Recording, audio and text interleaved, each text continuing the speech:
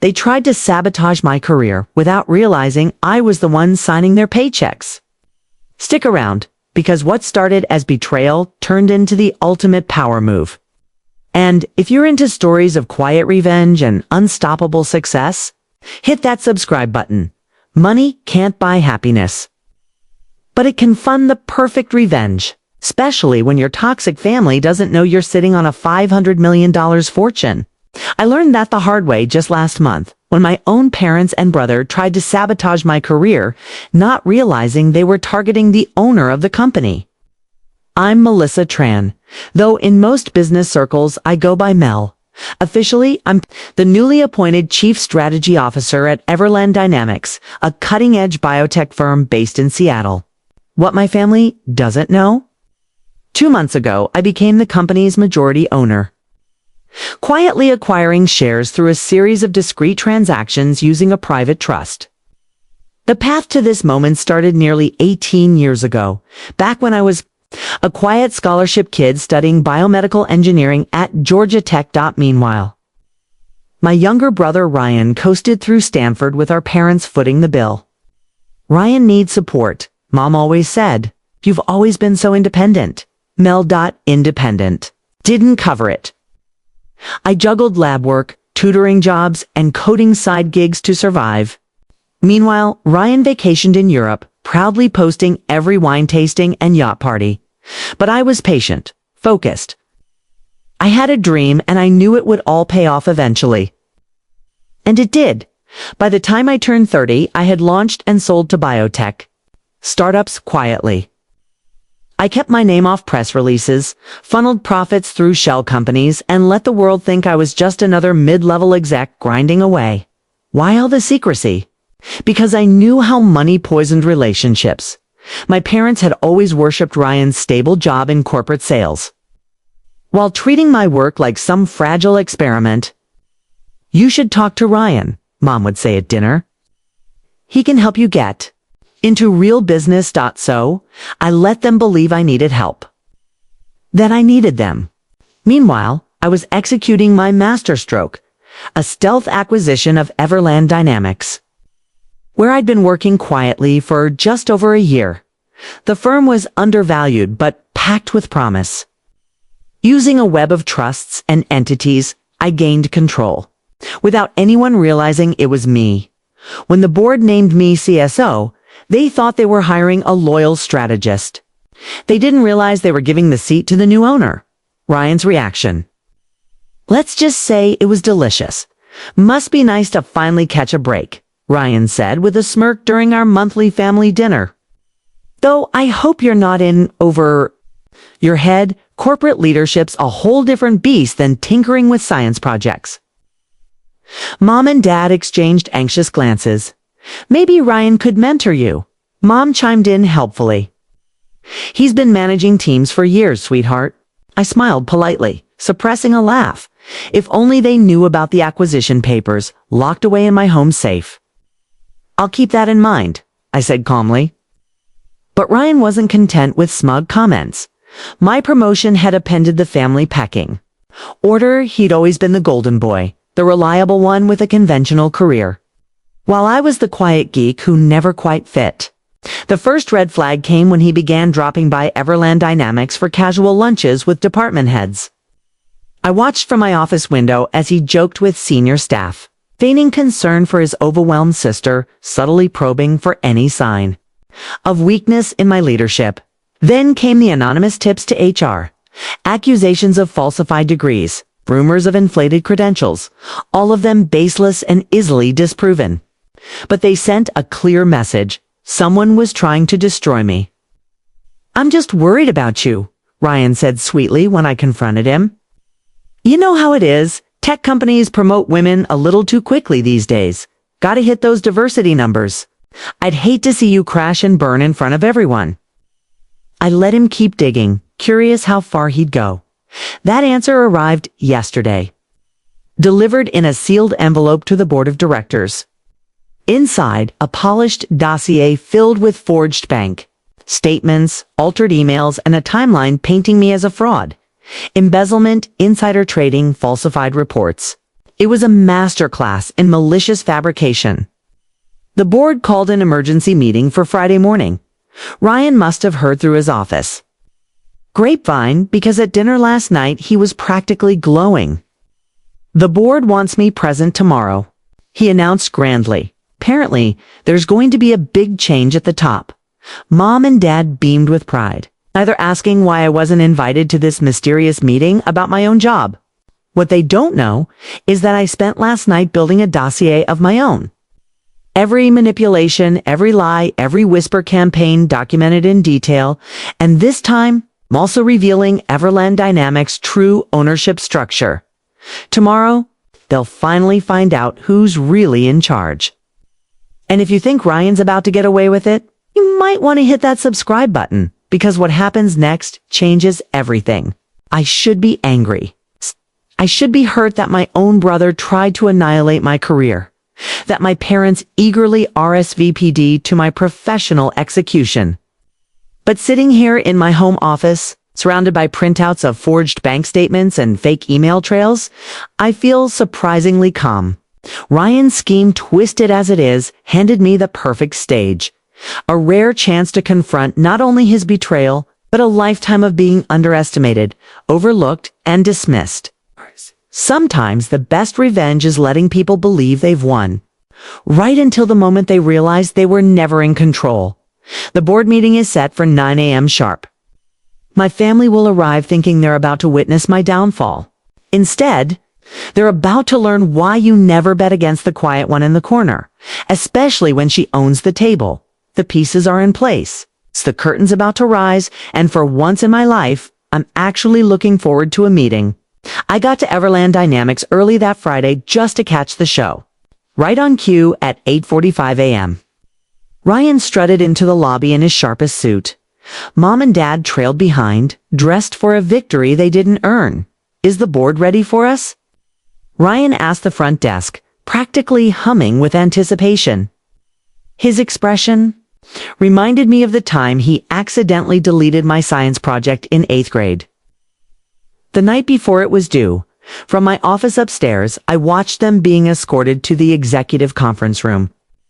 The board followed soon after, somber-faced and tight-lipped exactly as instructed.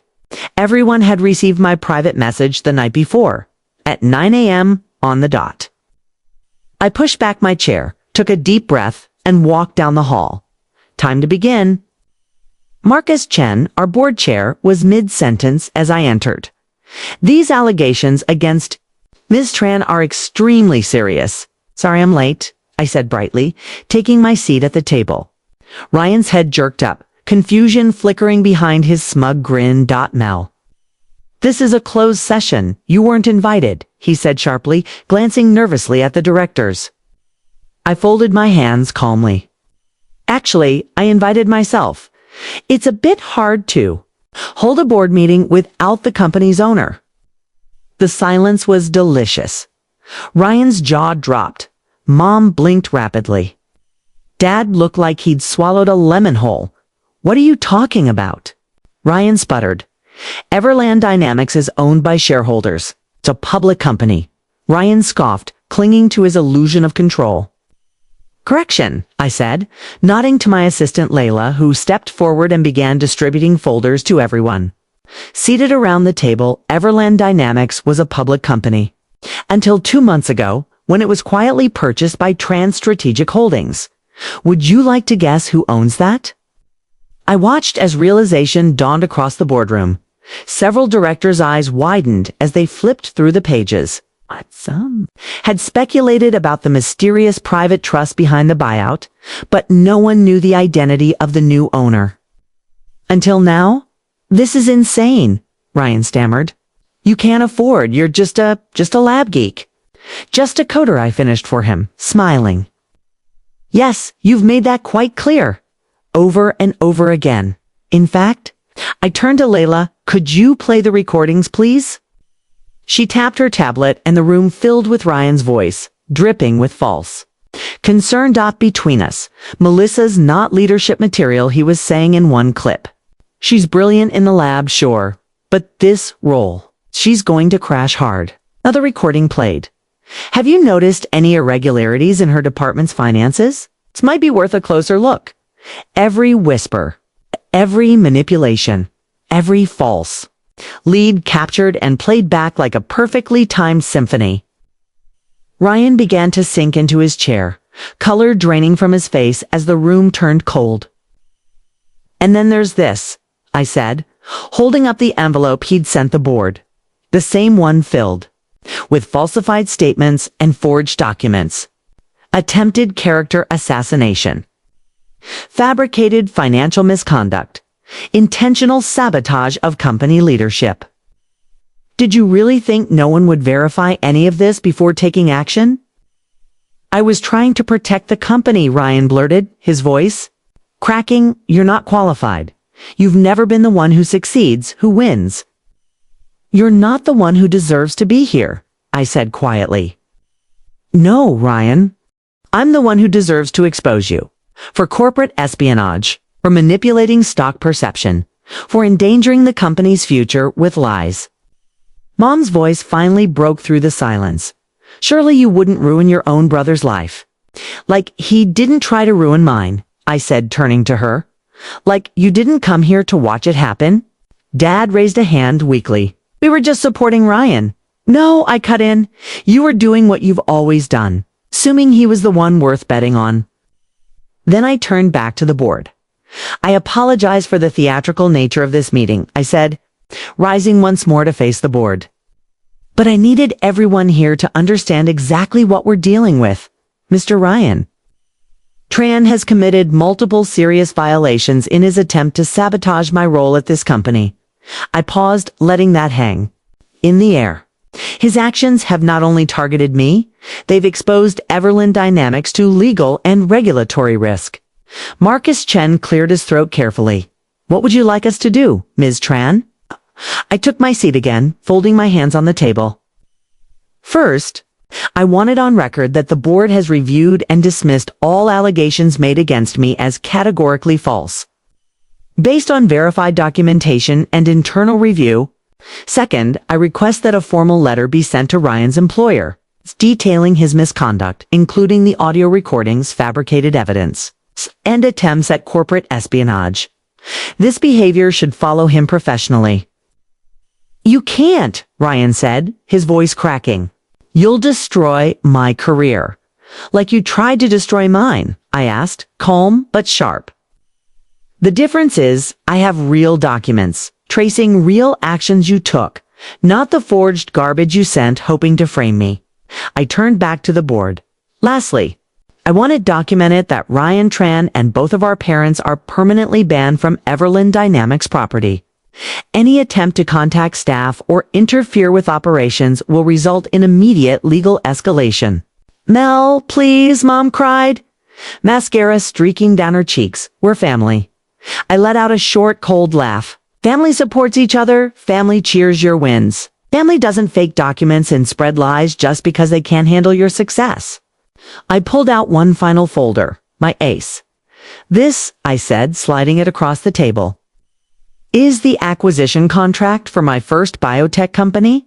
Sold it for $50 million at age 27. My second, $180 million 2 years later." I glanced at Dad. "I could have bought that golf club membership you wanted, could have paid for every luxury trip you gave to Ryan, like trophies. But I didn't." "Huh." They stared at the numbers. Numbers that shattered every narrative they'd clung to. I stayed quiet because I wanted to see who would stand by me when they thought I had nothing. "You all failed that test." Ryan had gone pale. "You're firing me from my job," he whispered. "No," I said softly. "Your actions fired you, just like you tried to do to me. The only difference, you actually did what you're being accused of." I stood again, gathering the last of my documents. "This board meeting is adjourned," I said clearly. "Marcus, please ensure all documentation is formally filed and secured." Then I turned to them. "Ryan, Mom, Dad. Security will escort you out." "Wait," Ryan called out, his voice cracking as I reached the door. "Please, I'm sorry, I was jealous. I couldn't handle that you were finally doing better than me." His voice shook. "We can fix this, can't we? We're still family." I turned back one last time. "Do you know the difference between us, Ryan?" He looked up, eyes glossy. "When you thought I was struggling, you pushed me down further. When I was succeeding, I kept it quiet to avoid making you feel small." I exhaled. "That's the difference between real success and whatever game you've been playing." The next few weeks were interesting. Ryan lost his job. His employer wasted no time once they reviewed the evidence of his sabotage. Word of my success at Everland Dynamics leaked, and suddenly, the same country club crowd that had fawned over my brother started asking about me. Mom and Dad left teary voicemails. Ryan sent handwritten apologies. Even his therapist mailed a letter explaining he was doing the work. I archived them all without replying. 3 months later, I was working late when Lila buzzed my office. "There's someone here to see you, says it's personal." It was Ryan, but not the polished, cocky version I'd grown up with. He looked thinner, older. Hair shorter, no flashy watch, no tailored blazer, just a plain button-down in a manila envelope. "I'm not staying," he said quickly, raising a hand. "I just need to say something." He stepped forward, placing the envelope on my desk. "This has everything. Passwords, contacts, info I dug up while trying to sabotage you. I'm also sending a letter to the board and my former employer owning everything. No excuses." I watched him silently. "Why now?" I finally asked. "Because you were right," he said. "I wasn't building anything real. You did, and I hated you for it." He turned to leave, then hesitated. "I'm starting over. Small startup. Entry level. No shortcuts this time. I don't expect forgiveness.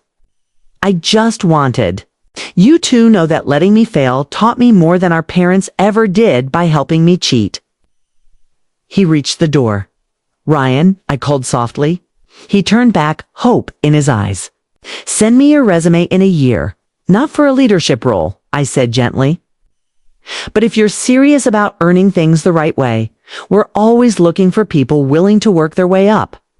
A single tear slipped down Ryan's cheek, but he gave a small nod, collected himself, and left without another word. 6 months later, Everland Dynamics has surpassed even my most optimistic projections.